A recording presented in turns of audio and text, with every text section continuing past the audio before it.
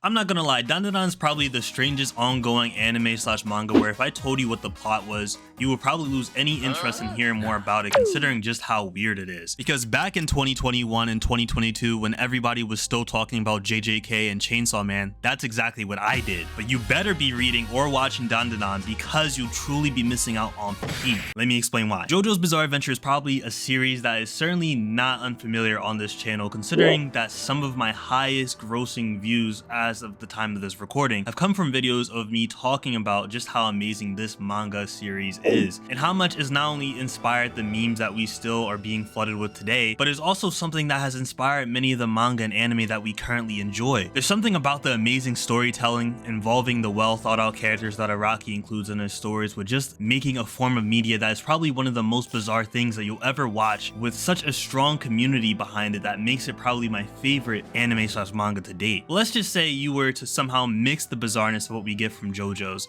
and somehow combine that with Chainsaw Man in a really good romance anime subplot. This would essentially give you guys a well-written anime slash manga that is Dandadan, and that's no mistake. Now for those that don't know, Dandadan is essentially about two students in high school named Ken and Momo Ayase. Ken Takamura is a nerd when it comes to aliens, and Ayase, being raised by a medium, believes in spirits and yokai. Initially, these two find it really goofy that one believes in the other and dare themselves to go to locations that are respectively known to be a place where aliens invade people and a tunnel known to be haunted, which if you've seen episode 1 of this anime, you already know that this ends up with Ken somehow losing one of his family jewels to an old woman spirit called the Turbo Granny, which, believe it or not, is actually based on a real yokai in Japan. And even though there are multiple versions of the story, the legend is that the Turbo Granny, or the 100 km/h granny, is an old woman yokai that drives super fast on the highway tailgating people at night and makes people crash by flashing her lights, honking her horn, knocking on your windows, or even in some versions of the story, she'll even run you off the road. But she's more of a modern yokai believed to be made up to prevent reckless driving in Japan. But in Dandadan, she's originally merged with an earthbound spirit that made her even more powerful and is also known for protecting the restless spirits of girls. Oh, and of course stealing people's genitals. I don't know where that part of the story came from. Not to mention, she was also referenced in Mob Psycho as well. But long story short, Ken and Ayase now believe each other when it comes to their supernatural obsessions,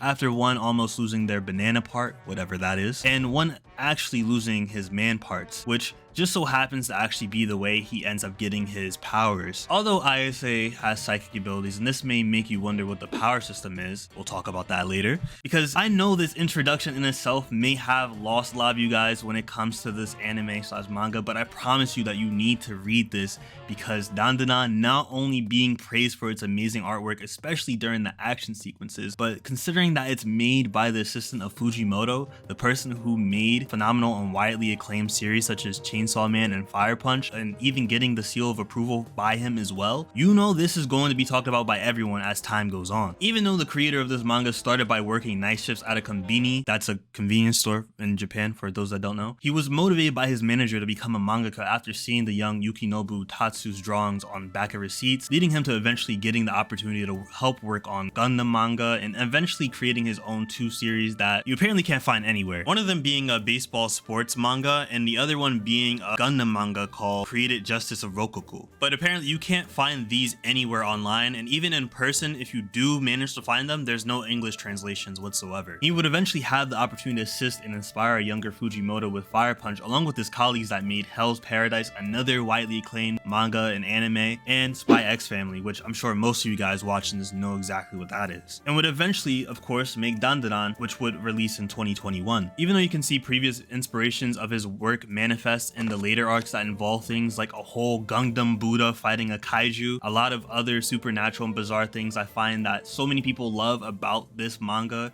and just what makes manga and anime stand out so much compared to its Western counterparts is the incorporation of cultural things within their respective culture like yokai, cultism, kaiju, and kentakakura. But the moments that really made me realize that Dandadan is probably the most weird and engaging peak manga right now are things like a sentient anatomy statue being a recurring character, exorcisms moves being performed by an 80s rock band, and a whole school building turning into a giant yokai. In regards to that power system you guys wanted me to talk about, you might as well turn off every complex Hunter x Hunter Naruto system that you guys have in mind, because there's of course going to be training arcs and an incorporation of key training and spiral cultivation that Psycho and Turbo Granny do teach our protagonists, but you just got to turn your mind off when it comes to reading this whole thing, because every chapter is almost on some regular show timing, with having the most out-of-pocket scenarios that just make you want to keep reading more and more, not to mention the tearjerker moments that show up in this series as well. And there's a lot of them, so much that give Chainsaw Man and Fire Punch a run for its money. This of course includes amazing characters, the growth so many of them have within the series, including the villains, and even the drip that all of them have, man. Like, y'all thought Jotaro Kujo, Yusuke Urameshi were clean, but nah. Kenta Kakura, Ayase, Juji, and even Ayase's grandmama deserve an S on that tier list now. All in all, this is just the tip of the iceberg of why you guys need to read this manga. I decided to keep this video short because I'm not too sure how you guys will respond to this, but if you guys give this video enough likes, I will make sure to make more content about Dandadan. All in all, guys, be sure to subscribe to this channel for more content, and be sure to subscribe to my other channel for my Korean related content as well.